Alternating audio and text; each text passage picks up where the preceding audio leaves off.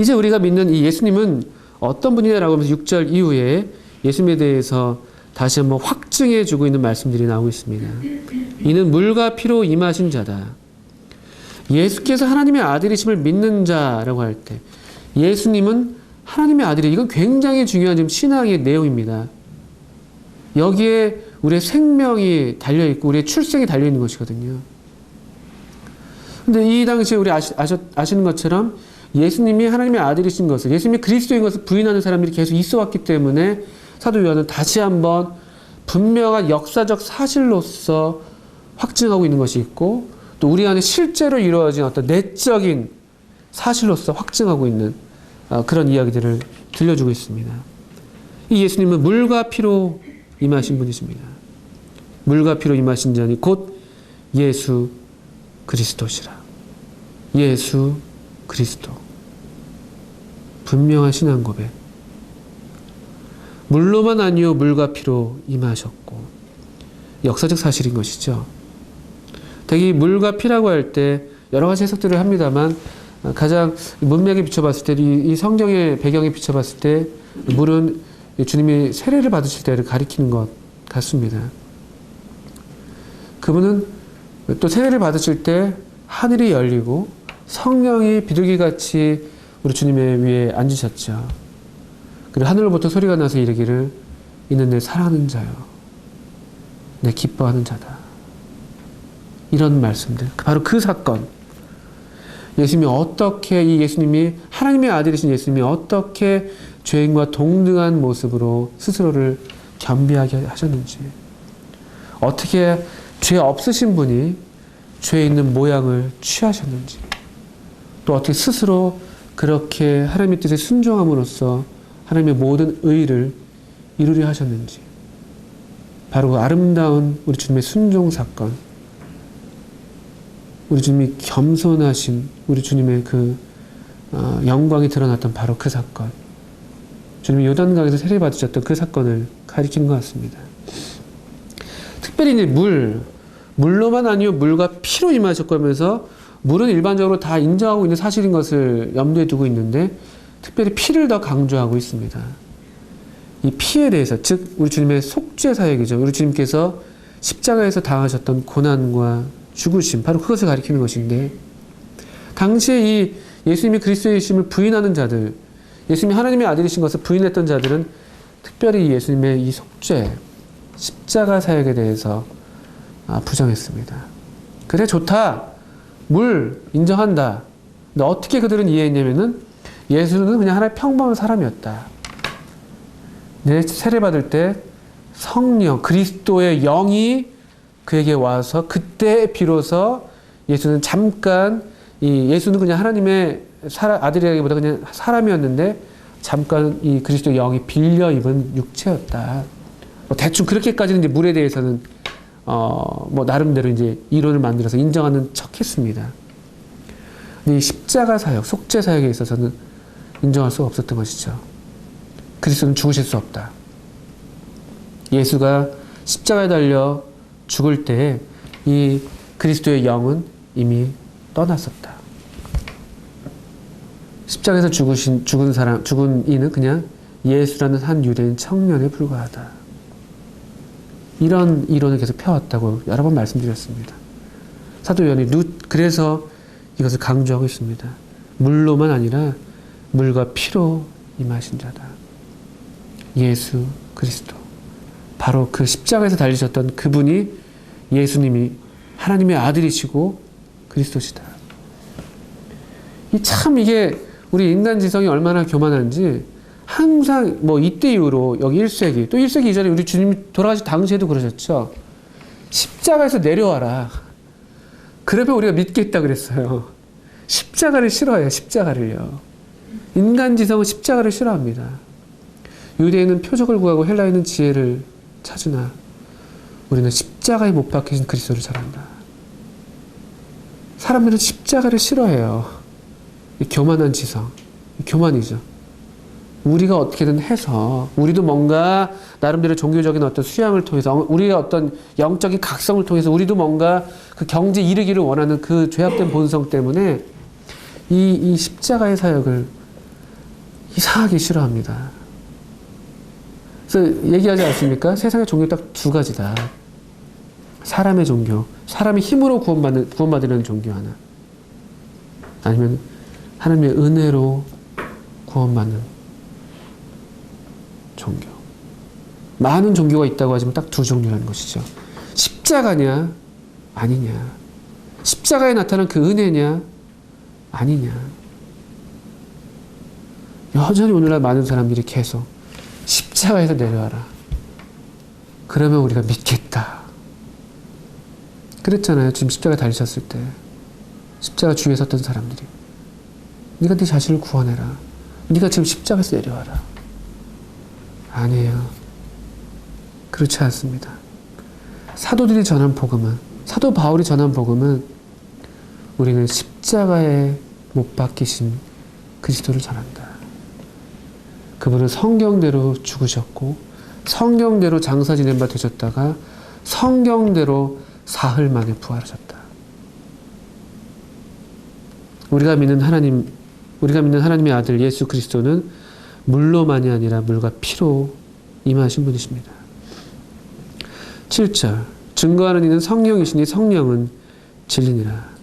성령께서 이 주님, 이 예수님이 하나님의 아들이신 것, 예수님이 그리스도이신 것, 예수님이 참으로 하나님의 아들로서 겸비하게 스스로를 낮추셨던 사람이셨고, 또 참으로 십자가에 달리셨던 하나님의 아들이셨고, 또 그래서 하나님께서 부활로서 하나님의 아들이신 것을 증명해 보이셨던 분이라는 것을 성령께서 증거해 주십니다.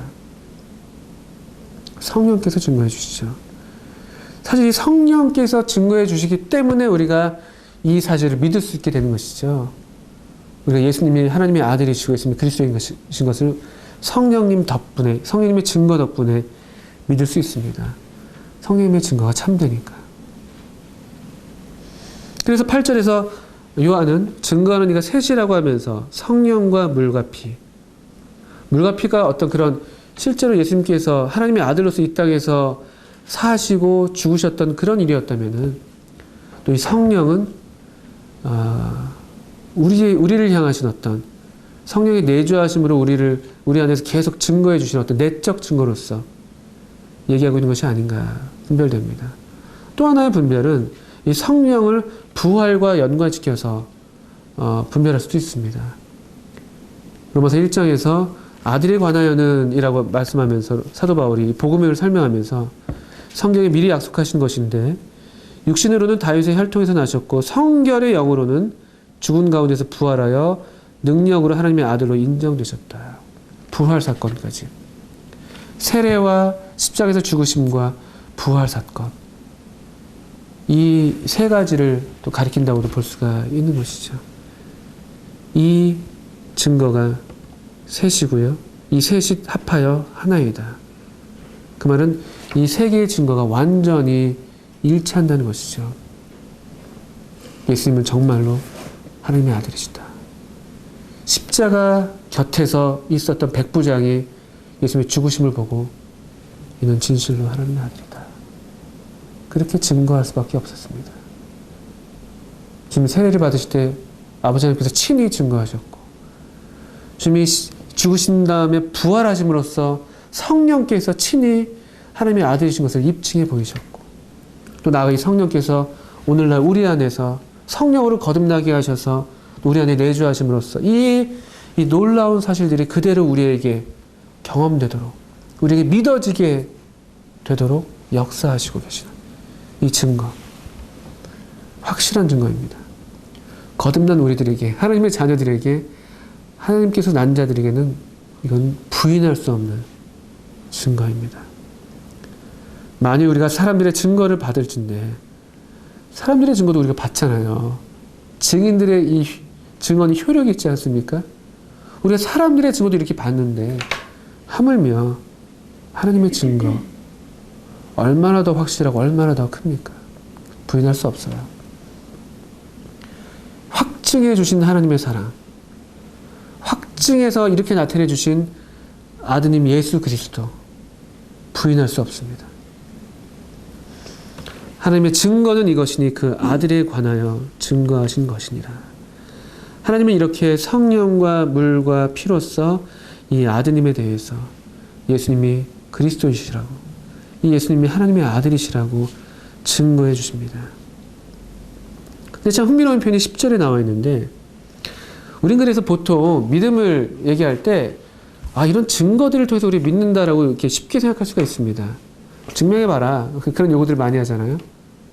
나를 이성적으로 납득시켜봐라. 얘기합니다. 지금 사실 그래서 이 증거들을 우리가 볼 때, 이 증거들을 보니까 우리가 정말 믿을 만한 분이구나라고 이제 얘기할 수 있는데, 10절은요, 잘 보시면 순서가 이렇게 되어 있어요. 하나님의 아들을 믿는 자는 자기 안에 증거가 있다. 어떤 면에서 우리가 이 증거 때문에 하나님을 믿기도 하지만, 우리 주님을 믿게 되기도 하지만, 사실은 우리가 성령으로 거듭나게 될 때, 이 믿음과 성령으로 거듭나는 것이 이제 동시적인 사건이라고 분별하는데, 성령으로 거듭나게 될 때 이 증거가 정말 우리 것이 되는 것이죠. 정말 그렇구나. 정말 예수님이 하나님의 아들이시구나. 정말 그분이 나를 위해서 죽으셨구나. 그분이 하나님의 아들이시기 때문에 정말 내 죄가 다 용서가 된 거구나. 어떻게 하나님의 아들이 나를 위해서 죽으실 수가 있지? 어떻게 이 하나님의 아들이 존귀하신 분이 나 같은 사람을 위해서, 나 같은 사람을 사랑하시고 위해서 죽으실 수가 있지? 이분 정말 부활하셨구나. 그 증거들이 우리 안에 완전히 실현되는, 체험되는, 경험되어지는, 그래서 이렇게 표현할 수 있는 것이죠. 자기 안에 증거가 있다. 보통 증거는 바깥에서 찾아야 되는 거 아닙니까?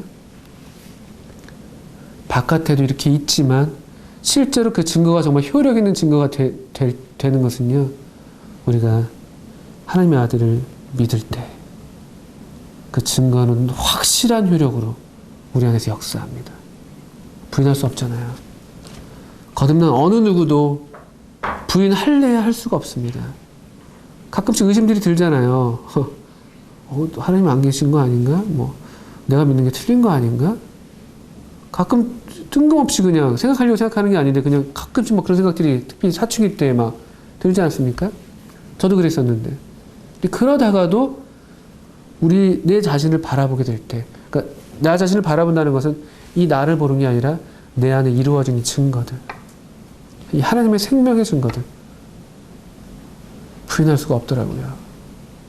더 확신하게 되고, 이 증거로 인해서 다시 또 하나님을 향해서 더 나아가게 되고, 이게 우리 성도들의 경험입니다. 반면에 하나님을 믿지 아니한 자는 하나님을 거짓말하는 자로 만드나니, 이는 하나님께서 그 아들에 관하여 증거하신 증거를 믿지 아니하였습니다. 하나님을 믿지 않는 것이 그래서 큰 죄입니다. 믿지 않아서 하나님 나라에 들어가지 못합니다. 하나님을 거짓말하는 자로 만드는 것이죠. 이렇게 확실한 증거가 있는데 믿지 않는다? 이보다 더 큰 증거가 어디 있습니까? 하나님을 거짓말하는 자로 만드는 그런 불경죄에 해당합니다.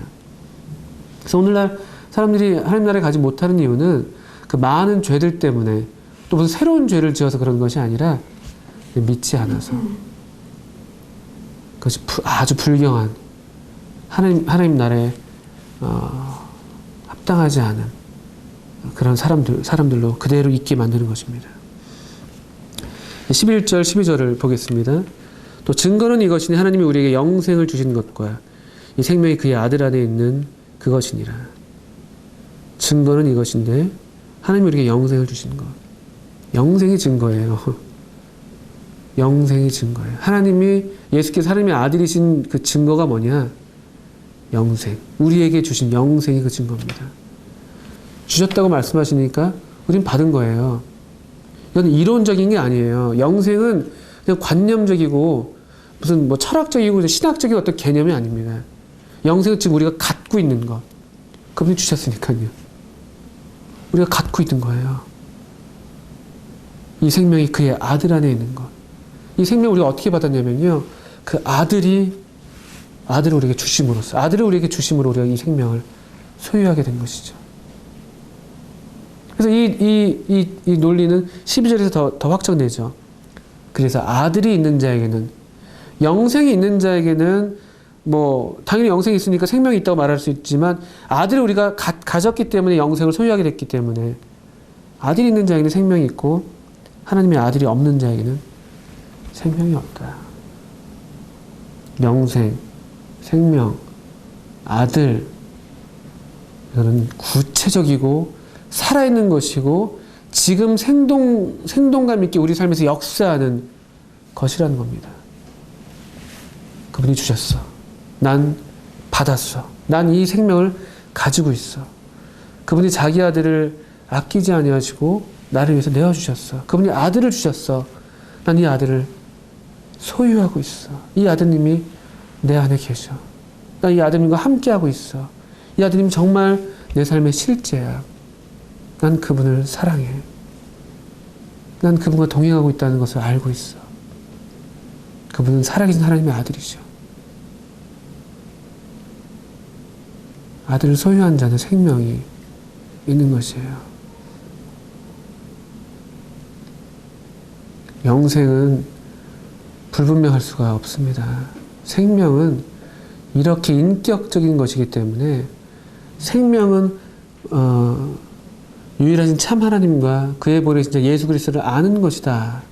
생명은 그렇게 관계 가운데에서 실제로 좀 알아가는 것이기 때문에, 이건 명백하게 실제하는 인격과 인격의 관계이기 때문에, 아들을 소유하는 것이기 때문에 이거는 관념적일 수 없습니다. 추상적일 수 없어요. 말을 많이 할 필요가 없습니다. 구체하게 서론을 길게 늘어뜨릴 필요도 없어요. 생명은요. 보면, 얘기해 보면 알게 됩니다. 너무나 확실합니다. 아들이 있는 자에게는 생명이 있다. 아들이 있으세요? 이 하나님의 아들을 정말 믿으십니까? 이 증거가 정말 성령으로 우리 안에도 정말 실제 경험되고 있습니까? 하나님의 성령께서 계속 우리와 더불어서 친히 하나님의 자녀인 것을 증거하고 계십니까? 부인할래야 부인할 수 없는 분명한 내적인 확증을 갖고 계신가요? 하나님의 자녀라면 그렇다고 요한은 담담하게 얘기하고 있어요. 논쟁적이지 않습니다. 변호하지 않습니다. 그렇다. 아들이 있는 자에겐 생명이 있어. 어떻게 들으면 신비한 말처럼 들립니다. 그런데 이건 너무나 명백한 실제예요. 거듭나지 않은 사람은 이해할 수 없는, 알 수 없는, 이 사랑 받은 사람만 알 수 있는 그런 실제입니다. 우리가 가지고 있는 이 생명, 이 영생은 이와 같은 것입니다. 이 생명으로 우리가 이 세상을 이겨나오고 있습니다.